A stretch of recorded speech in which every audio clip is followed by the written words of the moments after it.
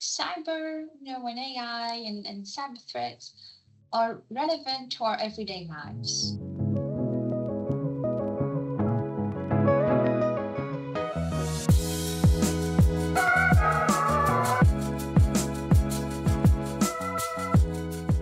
The way that AI changes, the scale and speed, I think we need to go a bit back and remember, let's say a year or two from now, the many researchers thought or estimated, that when AI will be in use, we will see new types of cyber attacks, like something completely new that we haven't seen before, maybe a catastrophic one, like a new method, new techniques. And that was, the way many people thought, or anticipated. And I think the interesting thing is we haven't seen something like that yet. We do see, however, a change in, as you mentioned, in both speed and scale. We see the speed of the attacks is getting much faster because a lot of parts in the attack kill chain, in all the parts of the attack are just getting automated, by AI. So some parts that usually, used to take several or days or hours, human hours, are now just taking minutes, right? So that changes a lot. And we also see a big change in the scale of the attacks. And we see attackers, let's say, even nation state attackers like North Korean are just getting better because they're in two ways, let's say. One is the language barrier that basically doesn't exist anymore, right? Because if, before the use of AI, countries had, like North Korean, had to use, let's say, Google Translate, and we all know that, the translation wasn't as good, and it was easier to identify phishing emails or scams.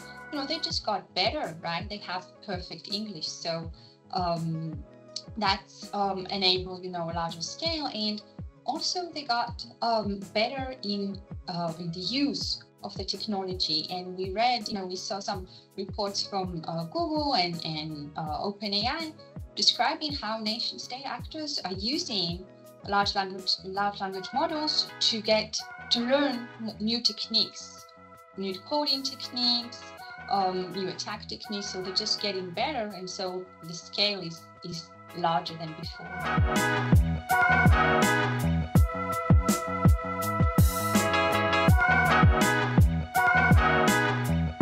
So I think the way I see it, the most two important things are accountability and transparency.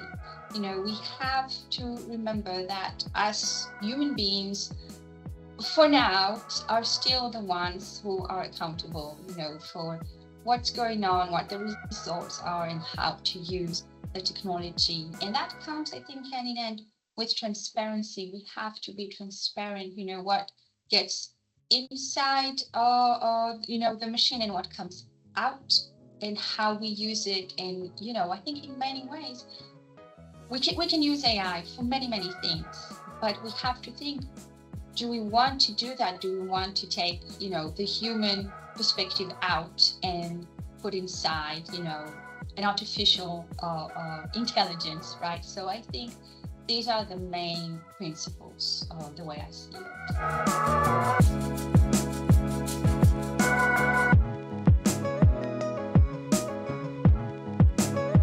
So cybersecurity is, for a long time, has been a geopolitical risk. And I think, we tend to look at, cyber and AI as mainly technical aspects. And we tend to think that, hey, if I'm not, a computer scientist, then maybe I'm not the one who should understand what's going on. But the truth is that offensive cyber capabilities are being used for years by states, by nation states, and even non-state actors.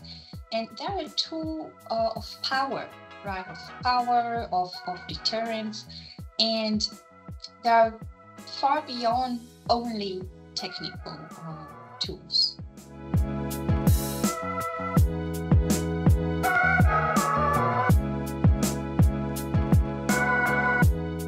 So the main thing I hope audiences will take, and that's my passion and goal, is to understand that, or to realize, that, you know, cyber, and AI and cyber threats are relevant to our everyday lives. It's not something that is out there and not just something that we read, in the news, but it's relevant for everyday lives. And we don't have to be technical people in order to understand that and in order to protect ourselves.